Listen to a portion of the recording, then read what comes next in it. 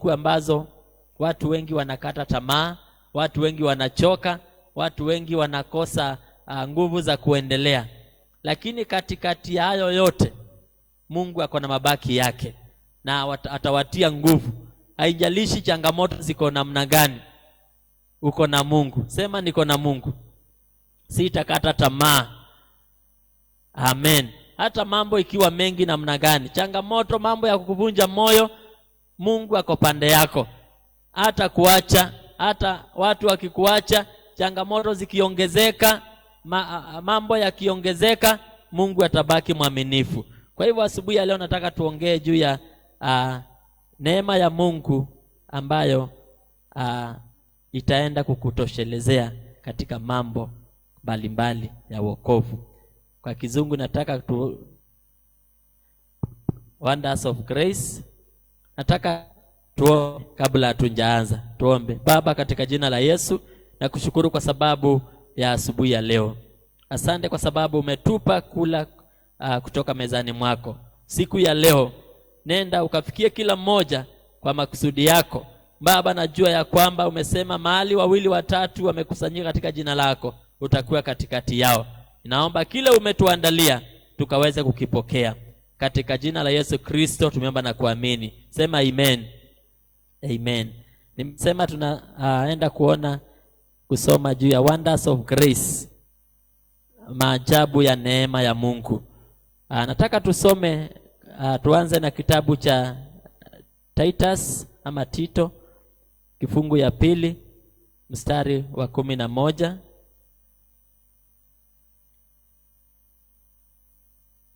Titus chapter 2 verse 11. Biblia inasema, kwa maana neema ya Mungu ambayo inawaokoa wanadamu wote imefunuliwa. Kwa maana neema ya Mungu iwaokoaye wanadamu wote imefunuliwa. Sema neema imefunuliwa kwangu. Amen. Biblia inasema neema imefunuliwa kwa watu wote, sio kwa watu kadhaa, sio kwa watu ambao wanakubalika na wengine, sio kwa watu ambao wako na pesa, sio kwa watu ambao ni matajiri wa dunia hii, sio ya watu ambao ni wasomi. Neema ya Mungu imefunuliwa kwa watu wote, hata wenye dhambi, hata watakatifu wote. Neema ya Mungu imefunuliwa kwao. Ni jambo la maana kujua ya kwamba the grace of God has been revealed to all men. Asubuhi ya leo ni vizuri ujue ya kwamba neema ya Mungu, hakuna mtu, baadhi ya watu ambao Mungu anatenga, anasema hawa ndio napendelea, hawa ndio nakubalia wajue wokovu. Wokovu umefunuliwa kwa watu wote, lakini hatua ya mtu ndio inategemea neema ya Mungu itamfikisha wapi. Bwana Yesu. Twende kitabu cha Matendo ya Mitume, kifungu ya 4 mstari wa 13. Acts of the Apostles chapter 4 verse 13. Nataka tusome mistari kadhaa kisha tutaelewa. Wale viongozi na wazee walipoona ujasiri wa Petro na Yohana na kujua ya kuwa walikuwa watu wa kawaida wasio na elimu, walishangaa sana, wakatambua kwamba hawa watu walikuwa na Yesu. Hapa tunaelezwa juu ya wazee ambao walikuwa wakuu wa dini. Sema wakuu wa dini. Petro na Yohana walikuwa wanahubiri mjini, sokoni, vijijini, na wakawa wananyamazishwa, wakaambiwa msirudie kusema Yesu, msirudie kuhubiri huyu Yesu. Kama vile tuko na kikundi ya evangelism, wanahubiri neno, anatuongoza kuhusu kufikia mataifa. Na hapa Petro na Yohana walikuwa wainjilisti, wakawa wanaenda wanahubiri Yesu sokoni, mjini, na wakawa wanakosea wakuu wa dini. Walikuwa wakakosea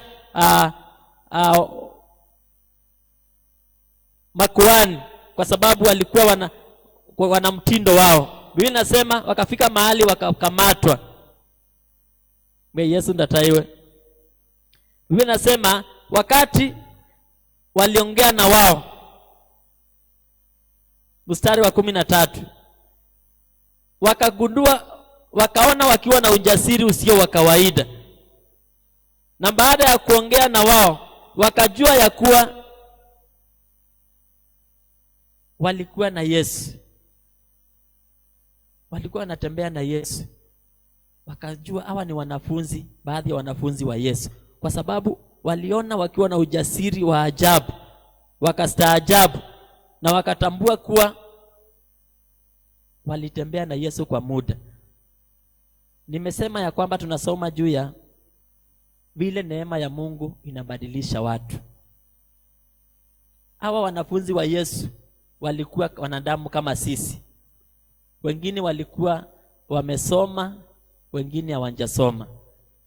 Ukiangalia katika wanafunzi 12 wa Yesu, kulikuwa na watu ambao wamesoma kama nani?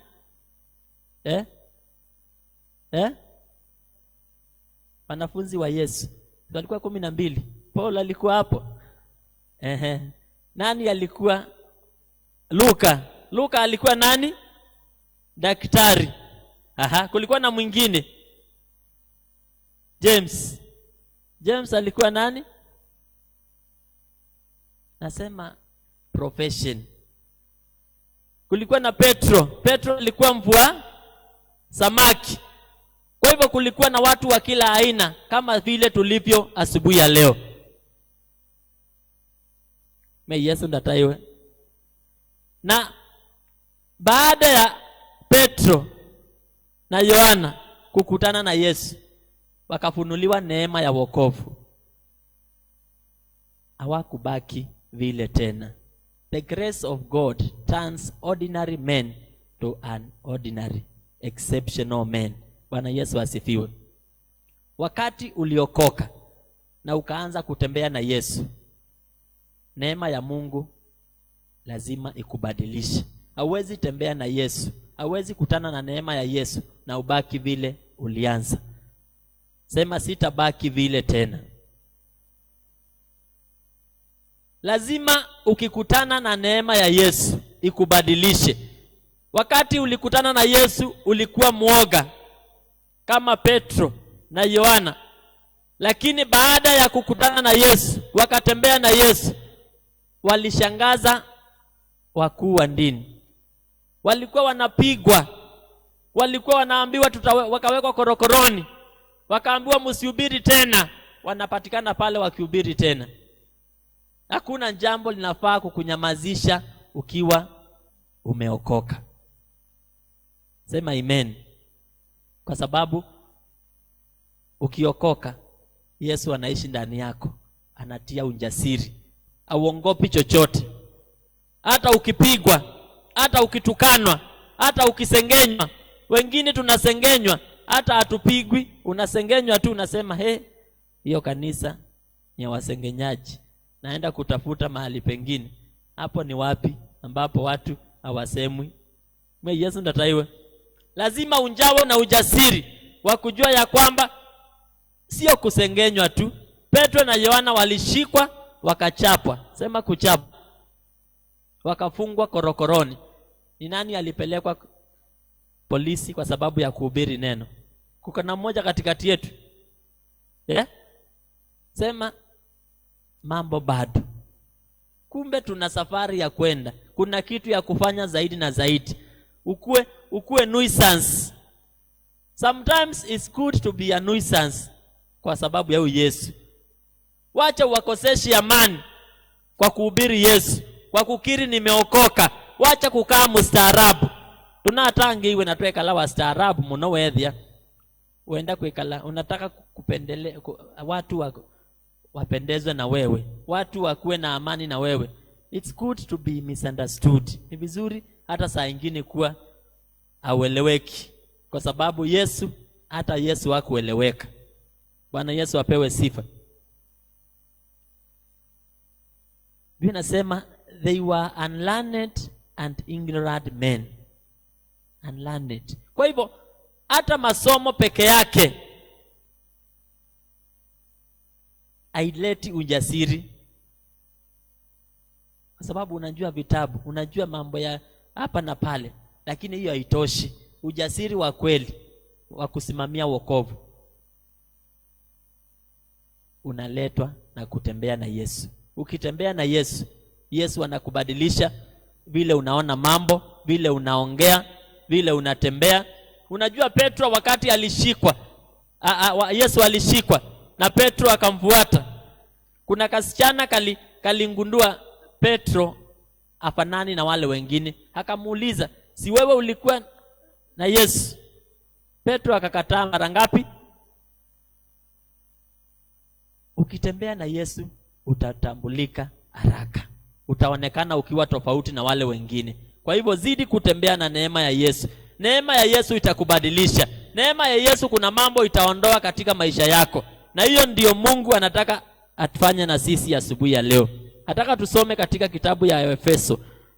Waefeso 2:11. Ephesians chapter 2 verse 11. Waefeso 2:11.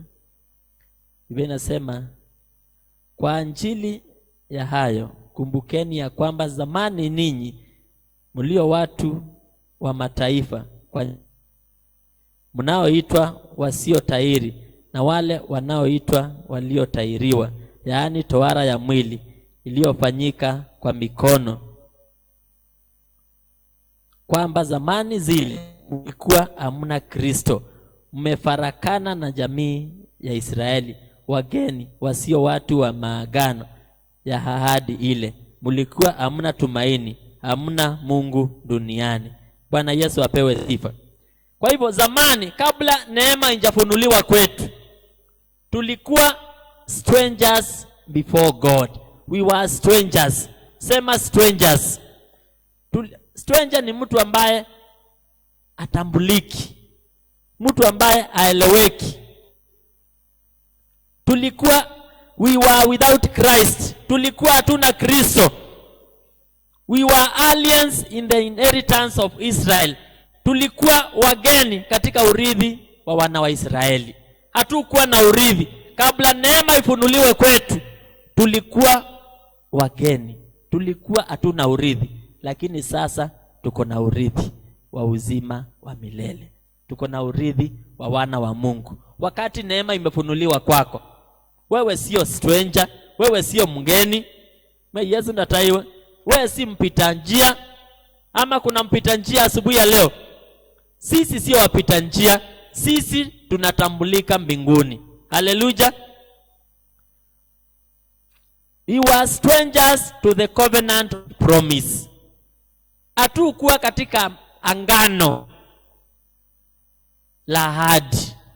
Kuna angano la ahadi ile Mungu aliambia Ibrahim,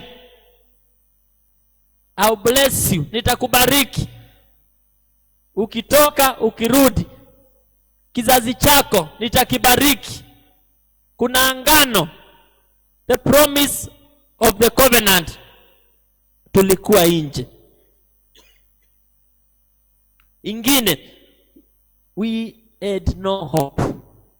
Hatukuwa na tumaini.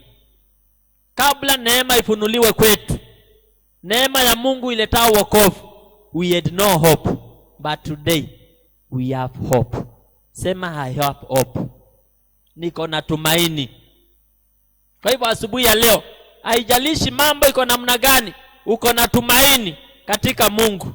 Kusiwe na kitu chochote kukuvunja moyo, cha kukosesha amani. Uko na tumaini ndani ya Mungu, kwa sababu Mungu amekuleta kwa angano. We were without God. Asubuhi ya leo, we have a God we can trust. Tuko na Mungu ambaye tunaweza amini. before, kabla ili neema haijafunuliwa kwetu, we were without God. Hatukuwa na Mungu. Tulikuwa watu ambao wamepotea. Hatukuwa tunatambulika, lakini asubuhi ya leo we have a God we can trust. Neema, the grace brought us close to God by the blood of Jesus Christ.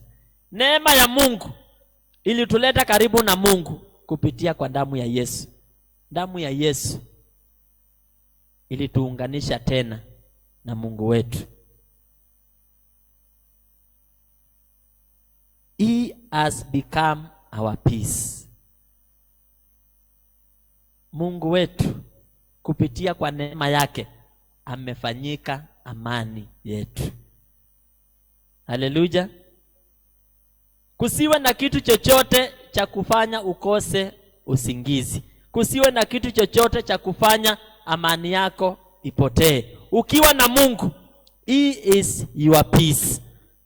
Because jina ingine ya Mungu ni Prince of Peace, mfalme wa amani. Na akikutawala, anatawala kwa amani. Kwa hivyo chochote ambacho umebeba asubuhi ya leo, wengine wamebeba mashida, mauzito ya dunia yanakukosesha amani. Ukiwa na Mungu, wacha Mungu afanyike amani yako. Wacha Mungu atawale akili yako. Wacha Mungu atawale familia yako, watoto wako, na utapata amani. Hautakosa amani. He made us one with Him by breaking the wall of partition between us. Kabla neema injafunuliwa kwetu, ulikuwa na ukuta uliotutenganisha na Mungu. Na Mungu akauondoa. Akavunja ukuta. Kwa hivyo sasa hakuna chochote cha kukutenganisha na Mungu. Iwe ni mtu, iwe ni hali, iwe ni nini, hakuna ukuta tena. Ukuta umeondolewa. We cry Abba Father. Tukija mbele za Mungu, tunamuita, anaitika. Kwa hivyo asubuhi ya leo, ukuta umeondolewa. Hauna chochote cha kukuzuia na Mungu. Ukiwa umeokoka, you are a candidate of grace. Na neema ya Mungu itakubeba. Hallelujah. Jesus started us again in Him. He created a new kind of human being. Mungu kupitia kwa Yesu Kristo aliumba mtu wa jinsi mpya ndani yetu. Kwa hivyo we are a new kind of human being. Tuko mtu wa aina mpya. Hatuko yule mtu wa zamani, mtu wa kushindwa, mtu wa kuongopa, mtu wa kulialia, mtu wa kudharauliwa. Sisi ni viumbe vipya ndani ya Kristo. Kwa hivyo tunapata ujasiri kujua ya kwamba mtu wa jana amepitwa na wakati. Mtu wa jana amepitwa na wakati. Sisi ni aina mpya. We are a new version that God has started in our lives. Kupitia kwa msalaba, we are reconciled to God. Yesu kupitia kwa msalaba alifuta, He broke the hostility. Ile uadui ulikuwa katikati yetu na Mungu, Yesu aliuondoa. Na neema ikafunika hiyo shimo. Kwa hivyo sasa tunatambulika na Mungu. Hallelujah. Nataka tusome in the book of Ephesians. Hapo tumesoma. Kabla Ephesians usome Colossians 2:13.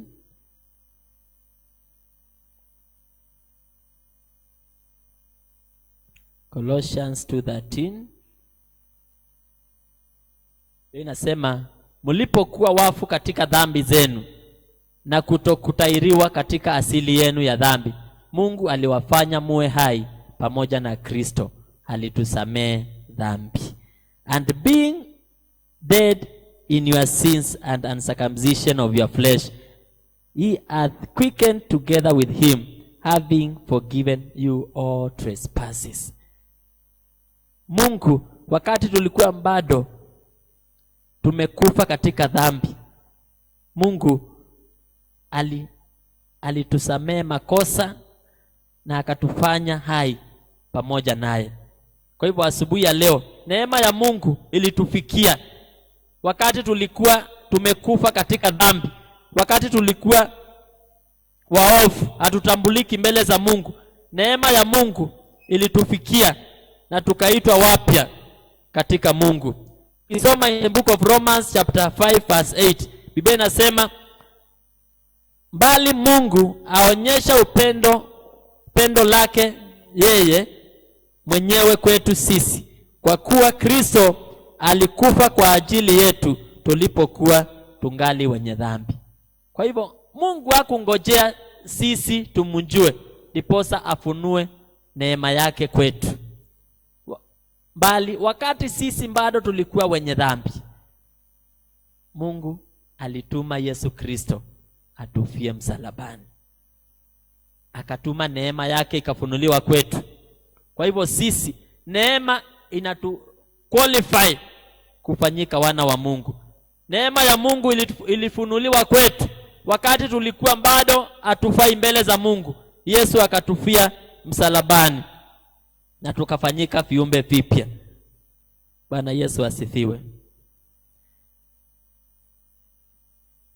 Tusome in the book of Psalms.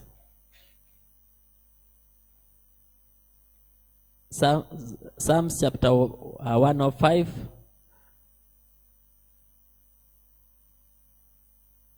Psalms 105 mstari wa kwanza. Biblia inasema,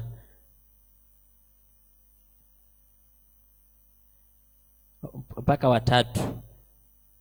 Lakini Mungu, mshukuruni Bwana, liitieni jina lake, wajulisheni mataifa yale aliyoyatenda.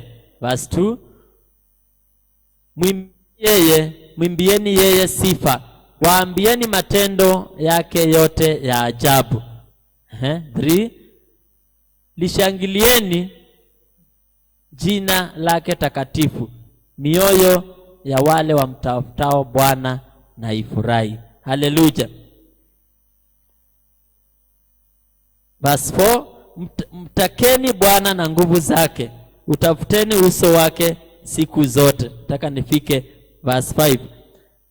Zikumbukeni ajabu zake alizofanya, miujiza yake na hukumu za kichwa chake. Kwa hivyo asubuhi ya leo tuko na sababu ya kutabasamu ndani ya Kristo, kwa sababu ametufanya kupitia kwa neema ya Mungu, ametufanya kuwa ambaye tunafaa mbele zake. Wale ambao hatukuwa tunatambulika, wale ambao tulikuwa tumesahaulika, Mungu ametufanya kuwa kitu asubuhi ya leo. Bwana Yesu apewe sifa. Nataka tukimalizia, nataka tuangalie watu kadhaa katika Biblia ambao hawakuwa kitu. Wengine walikuwa waovu na mwishowe wakatumika na Mungu, wakafanyika kuwa watu wa ajabu. Mpaka leo tunawasoma katika Biblia. Neema iliwafanya vile Mungu anaenda kukufanya siku ya leo. Usikubali maisha ya njana yaendelee kuandama maisha yako. Mungu anataka kukufanya kuwa historia katika maisha yako. Nataka tusome in the book of Matthew. Mathayo kifungu ya kwanza.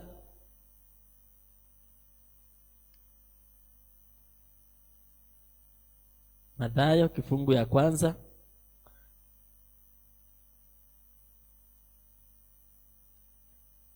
Tuanze mstari wa kwanza. Hiyo nasema the book of generation of Jesus Christ, the son of David, the son of Abraham. Kitabu cha ukoo wa Yesu Kristo, mwana wa Daudi, mwana wa Ibrahimu. Verse 2, Ibrahimu alimzaa Isaka, Isaka akamzaa Yakobo, Yakobo akamzaa Yuda na ndugu zake. Verse 3, Yuda akamzaa Peresi na Zera kwa Tamari. Peresi akamzaa Esrom, Esrom akamzaa Aram, Aram akamzaa Abinadab, Abinadab akamzaa Nashoni, Nashoni akamzaa Salmoni. Nataka tuende mpaka Yesu mahali alizaliwa. Salmoni akamzaa Boazi akamzaa Obed kwa Ruth. Obedi akamzaa Yese. Yese akamzaa mfalme Daudi.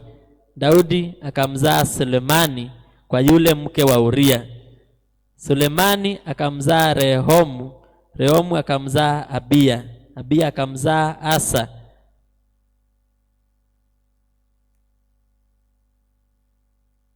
Tuendelee. Asa akamzaa Yehoshafati. Yehoshafati akamzaa Yoramu. Yoramu akamzaa Uzia. Uzia akamzaa Yothamu. Yothamu akamzaa Ahazi. Ahazi akamzaa Hezekia. Hezekia akamzaa Manase. Manase akamzaa Amoni. Amoni akamzaa Yosia. Bwana Yesu apewe sifa. Tusiende sana. Kuna watu already nishataja, nataka tuangalie juu yao. Kuna watu ambao Biblia ya Kiingereza inaweka vizuri. Verse 3, and Judas beget Pharis and Zara of Tamar, and Pharis begot Esrom, and Esrom begot Aram. Nataka tuangalie huyu anaitwa Tamar ama Tama. Kuna watu ambao neema iliwabadilisha from ordinary men and women to vessels of God. Bwana Yesu asifiwe. Wengine walizaliwa wakiwa watu kawaida kama sisi. Mahali umezaliwa hakuna chochote, there is nothing good that people can say about you. Hakuna kitu chochote ambacho unaweza sema iko extraordinary katika maisha yako ama mahali ulizaliwa. Wengine walitoka kwa dhambi, walikuwa hawajulikani, lakini ukiangalia, nataka tuangalie watu watatu. Nataka tuangalie Tamar, mwingine anaitwa Rahab, mwingine anaitwa Ruth, mwingine anaitwa Bethsheba. Sema Bethsheba. Haya, Rahab alikuwa nani? Rahab alikuwa nani? Kahaba. Rahab alikuwa kahaba. Na ukiangalia tumefikia Rahab kwa kizao cha Yesu. Ni mstari wa 5. Ni wa 5. Inasema Rahab alitumika katika kizazi cha Yesu. Kumbe neema ya Mungu inaweza fanya hata kahaba, mtu ambaye anadharauliwa, atumike na Mungu kuleta sifa katika ufalme. Yesu ndataiwe.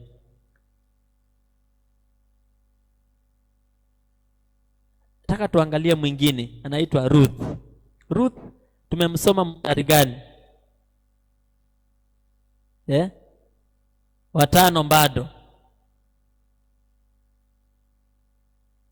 Ruth alikuwa nani? Ruth alikuwa nani? Alikuwa mwana Israeli. Alikuwa nani? Moabite. Alikuwa nje ya wale walikuwa wenye urithi. He was outside the people, the inheritance of God. Alikuwa kando na wale wenye urithi. Kwa hivyo neema ya Mungu qualifies us to receive and to become the vessels of God. Kwa hivyo wacha kujihukumu, wacha kuona uko bali na kutumika na Mungu. Wakati umeokoka, nimesema you are a candidate of grace. Wakati umeokoka, wewe katika mpangilio wa Mungu wa kupokea neema ya Mungu. Ruth alikuwa Moabite, watu ambao walikuwa maadui wa Israeli, lakini mwishowe akatumika katika kizazi cha Yesu, kizazi cha kuleta wokovu. Kwa hivyo asubuhi ya leo neema inaenda kuunda sifa kwa maisha yako. Sema amen. Bethsheba alikuwa nani?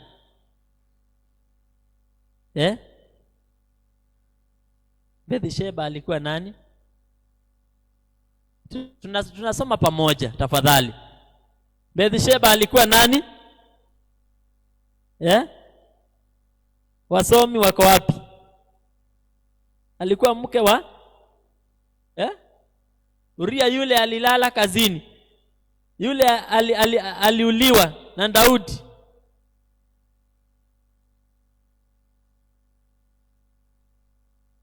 Watu ambao wanatajwa kwa mambo ambao hayafai, mwishowe waliandikwa katika kizazi ambacho kilituletea uzima wa milele.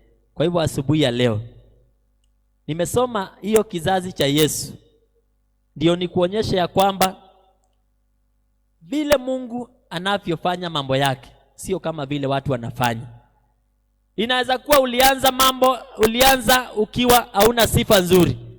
Unaweza kuwa ulianza ukiwa watu wanakujua vizuri njia zako, lakini kumaliza kwako Mungu anakuandalia sifa, anakuandalia utukufu, anakuandalia kwa sababu he is making you a vessel of honor. Say amen.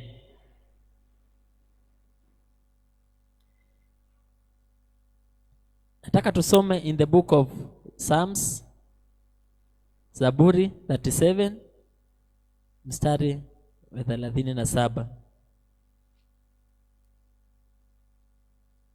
Psalms 37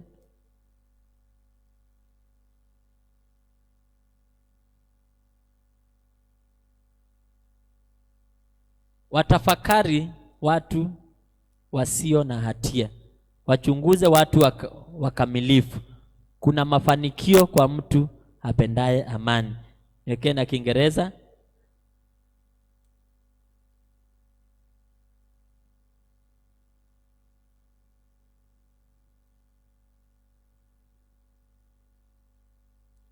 Mimi nasema niweke na Kiingereza hiyo mstari.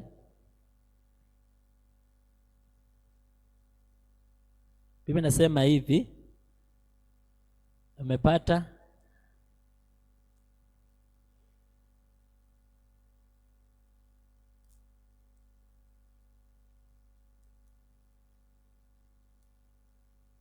Look at those who are honest and good, for wonderful future awaits those who love peace.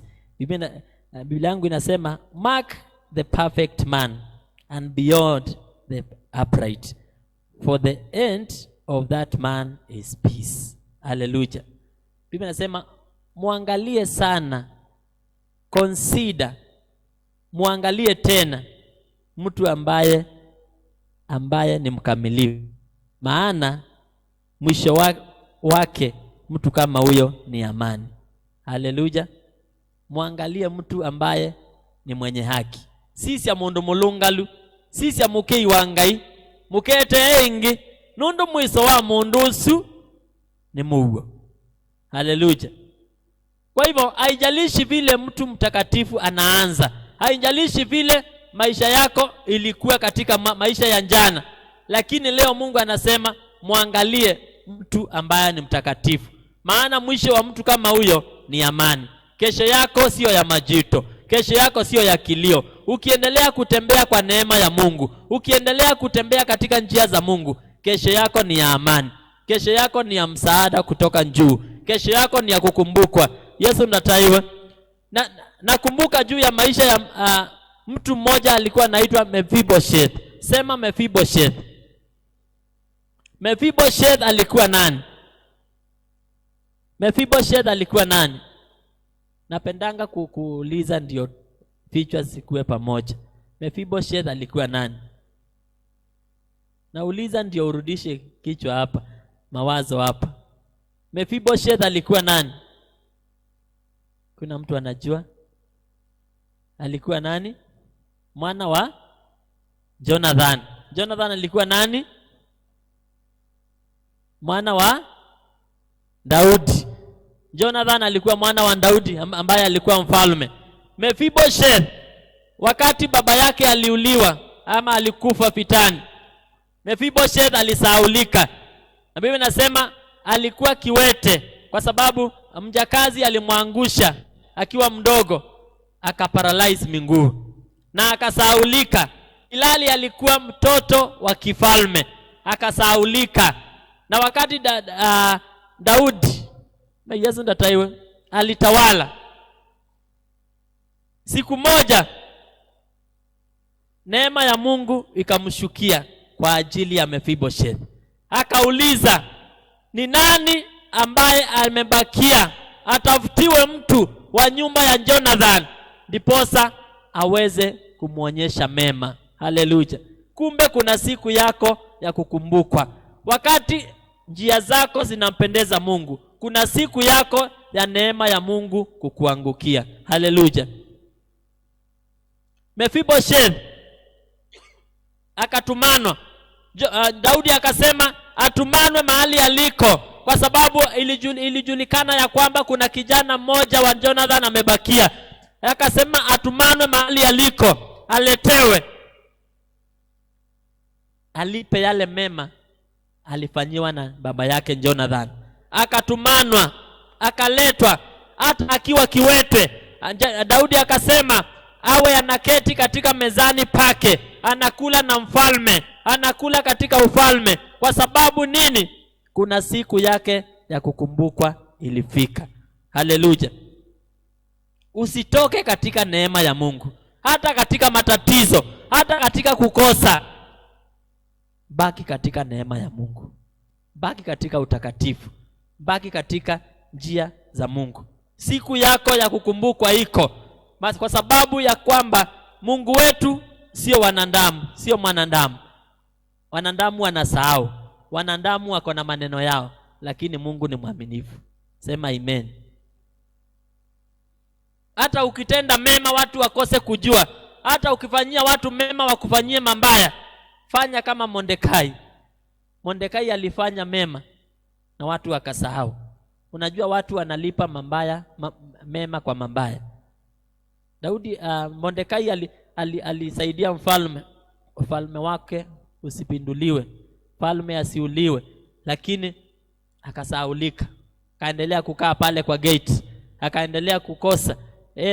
Mutembukie gate ni osumbe. Watu hawakumbukangi mema, lakini Mungu anakumbuka. Mungu hawezi sahau.